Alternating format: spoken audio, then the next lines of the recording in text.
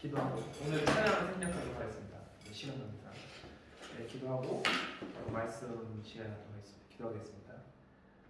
은혜와 사랑이 풍성한 하나님 감사합니다. 오늘 우리를 이렇게 사랑해 주셔서 하나님 말씀 모임으로 기도 모임으로 우리를 불러주심을 감사합니다. 지금도 살아 역사하고 계시는 그 하나님을 우리가 믿고 또한 내 구세주로 고백하며 그분을 통하여서 우리가 주 예수 그리스도를 알고 성령의 인도하심을 받게 하심을 또한 감사합니다.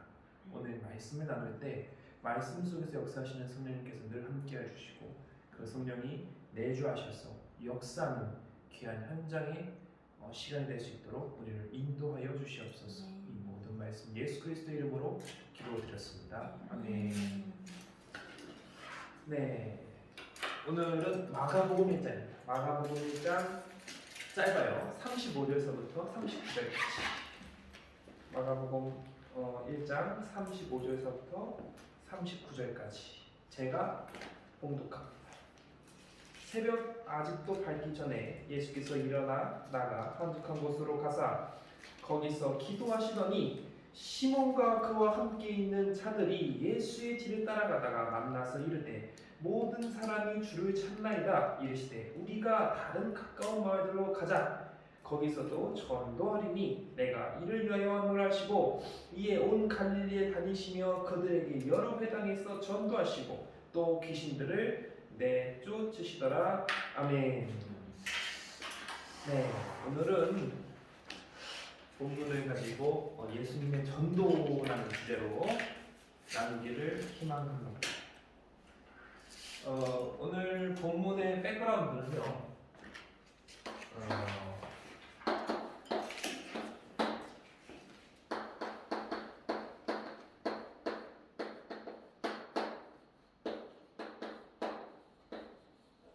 갈릴리 전도 여행입니다. 주님이 갈릴리 전도 여행을 총 3번을 하세요. 3번을 하는데 오늘 본문이 이 두 번째. 두 번째 전도를 하시게 되십니다. 오늘 본문과 같은 말씀이 나오는 부분이 마태복음 4장 4장의 23절에서부터 25절까지 그 다음에 누가복음 4장 42절에서부터 44절까지 그 다음에 오늘 본문 마가복음 1장 35절부터 39절까지가 이제 두 번째 전도 여행이 되겠습니다. 갈릴리 지방으로 오는 두 번째 전도 여행이고요. 첫 번째는 마태복음 4장의 17절에 나옵니다. 17절에 첫 번째로 갈릴리에서 전도를 하시고 마가복음 1장에 또 나옵니다. 마가복음 1장 14절에서부터 15절까지 나오고 누가복음 4장 14절에서부터 15절. 근데 신기한 건 최초로 요한복음이 여기 나와요. 요한복음이 4장 43절에서부터 45절까지 나와요.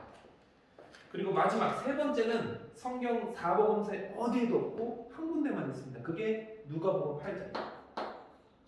누가복음 8장 1절에서부터 3절. 그렇게 해서 갈릴리 여행 전도를 총 3번 하십니다. 3번 하시는데 포인트가 있어요. 포인트가 뭐냐? 이 마가복음과 마태복음 다음에는 제자를 찾으십니다. 갈릴리에 딱 가서 만난 제자가 전도를 하셔서 딱 가셨는데 거기서 만난 제자가 시몬 베드로예요. 시몬 베드로. 첫 번째 갈릴리 전도 여행의 목적은 제자를 찾기 위해 가셨어. 제자를 찾기 위해 가셨다. 근데 이제 여기서 놀라운 비밀이 숨겨져 있는 게 뭐냐면 주님께서 전도를 하실 때 가장 첫 번째 하신 말씀 회개하라 천국이 가까웠느니라.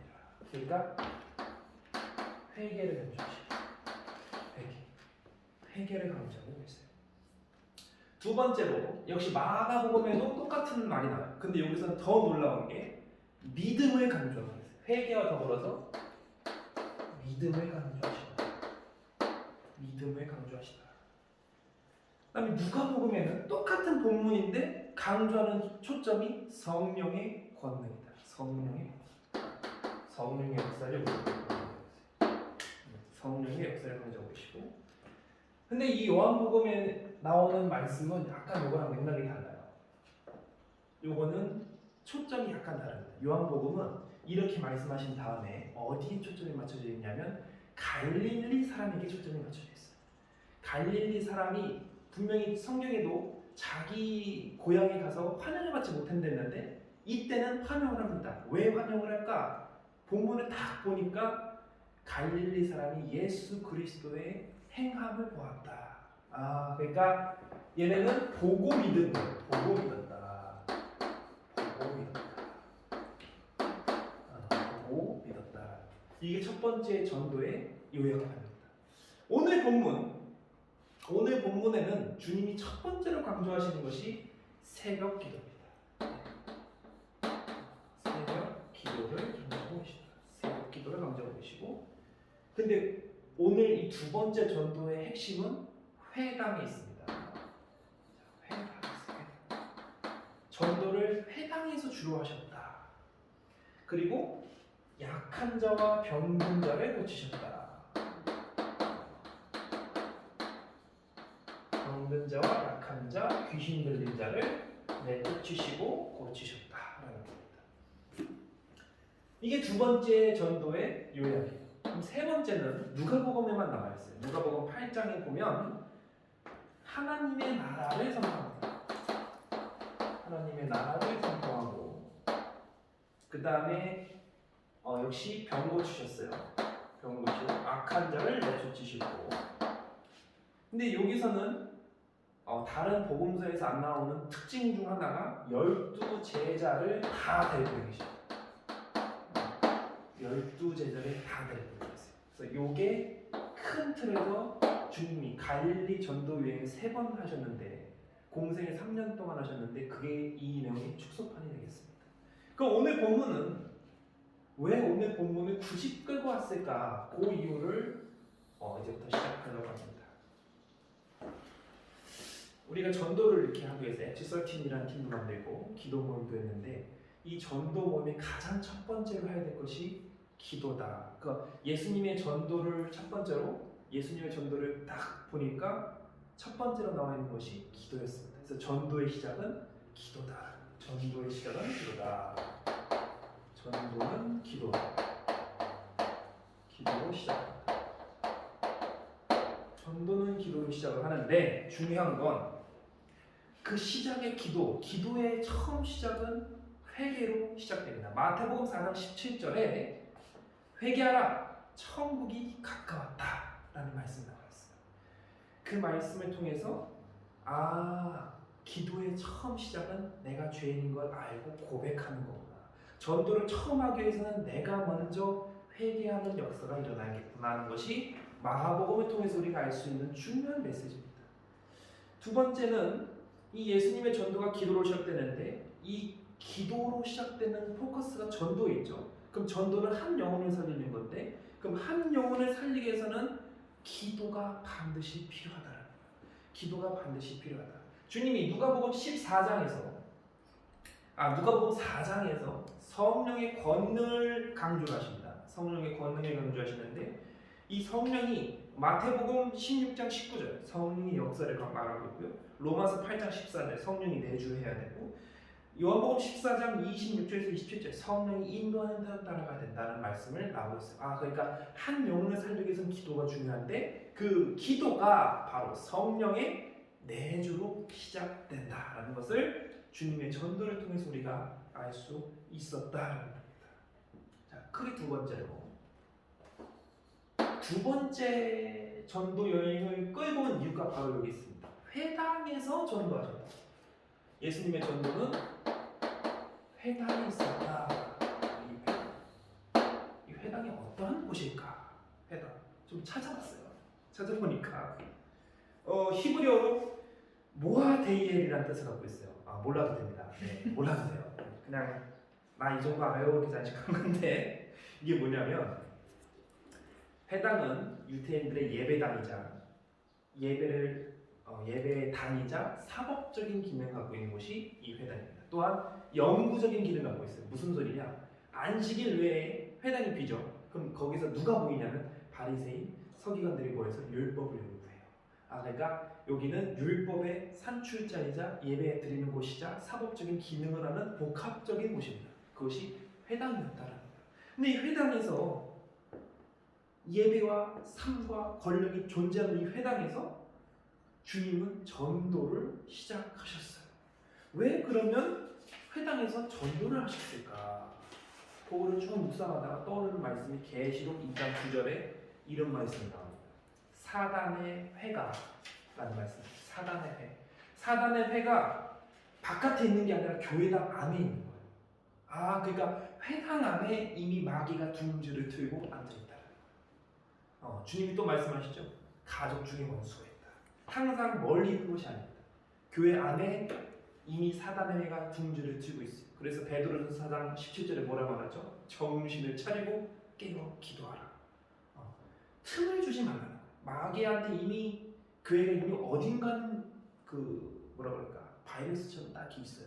이게 우리가 주여 주여 부르짖을 때마다 얘네가 힘을 못 써. 근데 우리가 딱 기도를 넣는 순간 왕성해지기 시작합니다. 그래서 요한계시록에 나오는 아시아 7교회 중에 5교회가 그래서 부패하기 시작합니다. 사단의 회가 돌아가기 때문에. 그게 조심해야 됩니다. 그래서 계시록 2장 9절에 사단의 회를 조심하기 위해서 회당에서 전도를 하셨다. 두 번째는 종교인화가 되고 있어요. 바리새인들. 마태복음 23장에 바리새인들이 꾸짖는 말씀이 나옵니다. 정확히 7번 화 있을진저라는 말씀입니다. 바리새인들에게 그렇게 주님은 화가 있다라고 말씀하세요. 그만큼 위선적이 됐고 가식적이 되어버렸다. 그런 회당에서 주님은 전도를 하셨다라는 겁니다.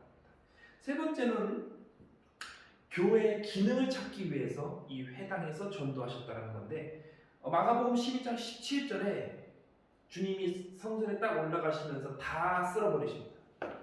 동전 바꿔주는 사람들, 비둘기 파는 사람들, 염소 파는 사람들 다 쓸어버렸어요. 그러면서 강도의 속으로 만들지 마라 이런 말씀을 하세요.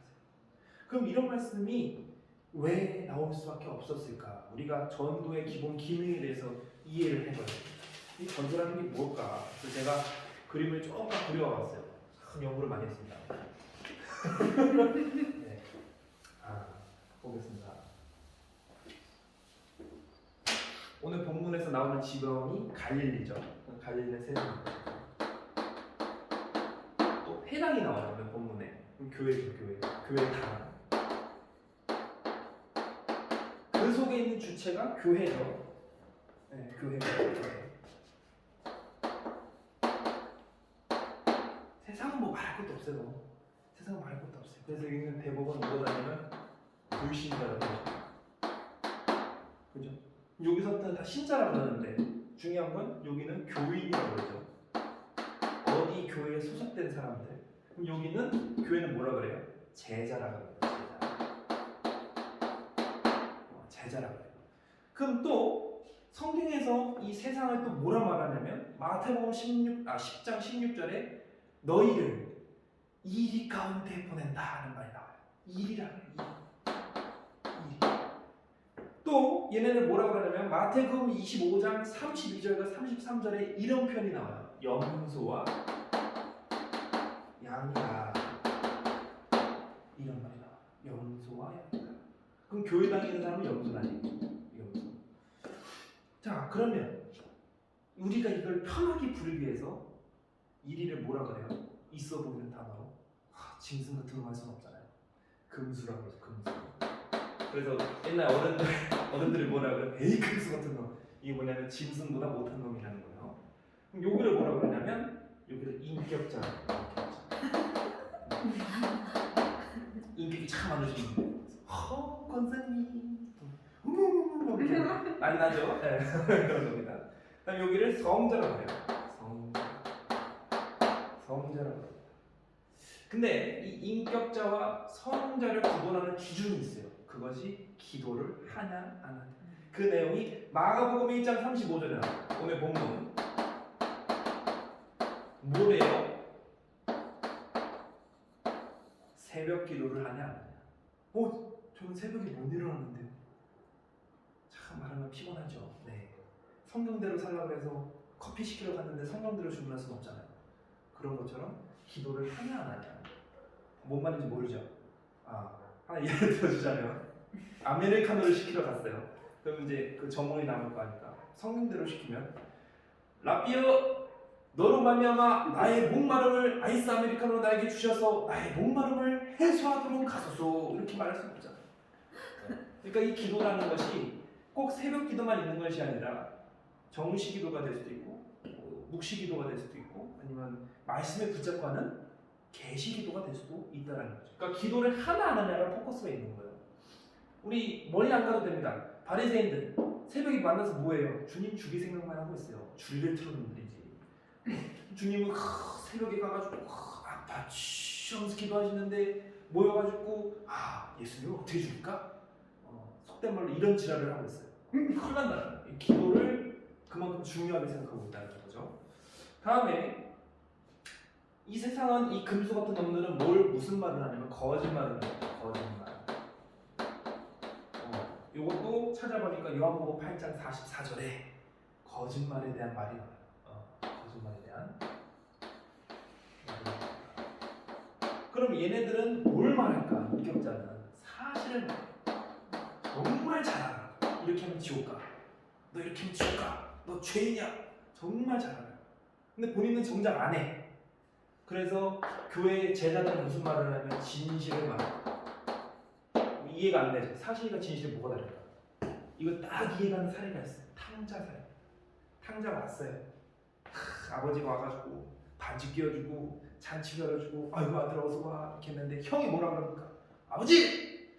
얘 가서 온갖 이런 말해서 미안한데 지랄 막 하고 개판 5년 살았는데 내가 아버지한테 뭐 해달라 했습니까? 재산 달라 했습니까? 뭐 땅 달라 했습니까? 아무것도 안 했어요. 근데 나한테는 왜 안 해주고 얘한테 돌아왔다고 이렇게 해줍니까? 이게 사실이지. 팩트는 말하고 있어요. 근데 아버지가 만약에 사실 관점에서 그 돌아온 탕자한테 말했다. 죽어요. 가서 너 일로 와봐 앉아. 여자 몇 명이나 건드렸냐? 돈 다 썼지? 얘 죽어요. 이게 진실과 사실의 차이다. 그럼 여기서 느낄 수 있는 게 있죠. 사랑이 있냐 없냐. 사랑이 있냐. 그러니까 인격자와 성자를 구분하는 것은 기도고 사실과 진실을 구분하는 것은 사랑이구나. 사랑이라는 것을 우리가 알 수가 있어요. 이 사랑은 유명한 성경 구절이 있죠. 고린도전서 13장. 고전 13장에 보면 사랑에 대해서 나옵니다. 4절에서부터 7절까지. 4절에서부터 7절까지. 사랑에 대해서 사도 바울이 아주 암축적으로 설명을 하고 있어요. 그 다음에 우리가 쭉 보니까 이 세상과 교회당 교회를 구분을 했어요. 그러면 이 세상에서 이쪽 섹터로 끌고 와야 될 거 아니에요. 그럼 어떻게 할까? 그것을 첫 번째로 인도와 데리고 오는 거예요. 그래서 요한복음 1장에 이런 말이 나오죠. 나다니엘 선지자에게 주님이 빌립이 가서 말하죠. 와봐. 일단 와보라는 거예요. 와봐. 예수님도 말씀하세요. 누구한테? 베드로 안드레를 부를 때 와보라. 와보는 거예요. 인도가 돼야지 전도가 됩니다. 잠깐만. 반대 경우도 있지 않나요? 전도가 돼야? 그러니까 바로 세상에서 전도가 되는 경우도 있지 않나요? 그런 경우도 있어요. 극히 드물죠. 요한복음 4장에 보면 사마리아 여인이 나옵니다. 그 내용이 간략하게 요약하면 뭐냐면 물 들어왔네. 젊은 청년이 왔네. 물 달라 하네. 나 물 줄 수가 없는데. 그 물은 뭐예요? 영생이래. 어떡해. 하다가 주님이 말씀하시죠. 너 남편이 이었구나. 이 다하네. 큰일 났네. 그러다가 주님과 얘기하다가 만나버렸어. 그랬더니 어떻게 하냐고 사마리아에 가가지고 어머요 와보세요. 좋은 분이 계세요. 그래서 주님이 요한복음에 가보면 42절까지 쭉 읽어보면 이틀간 거기 유하십니다. 전도를 하세요. 무슨 말이냐? 인도가 없어도 주님을 만날 수가 있다는 거예요. 전도를 바로 해야 돼요. 근데 이런 경우는 극히 드뭅니다. 정말 때리지 않는 이상은 힘들어요. 일단 인도가 돼야 돼. 인도가 돼야 돼. 근데 이 전도가 되면 누가 역사냐면 성령이 역사. 성령이 역사할 수밖에 없다라는 거죠. 그러니까 이런 기본 개념을 갖고 계셔야 돼요. 아, 주님의 전도가 왜 회당에서 전도했을까? 회당에서 인도만 열심히 한 거야. 그 회당에서. 그러니까 오면 다 시험되죠. 아, 목사님 12조 설교를 하시네. 헌금을 해야 되는데 주머니 뒤져보니까 5만 원짜리 나와. 그럼 뭐라 그래요? 정신 차려야지. 내가 오늘 뜬 이게 왜 나와? 돈을 집어넣고 1,000원짜리 있으면 할렐루야 하면 되고. 이게 말이 안 된다는 거죠. 이 인도자와 전도자가 그래서 차이가 난다는 거예요. 예수님의 전도는 인도가 아니라 제자를 만드는 전도였다. 요 얘기를 하려고 그렇게 끌고 온 겁니다. 네. 마지막 세 번째. 그러면 종합해 봅시다. 예수님의 전도는 능력과 표적이 나타날 수밖에 없다. 세 번째로 예수님의 전도는 능력과 표적. 능력과 표적. 능력과 표적이 있어야 된다.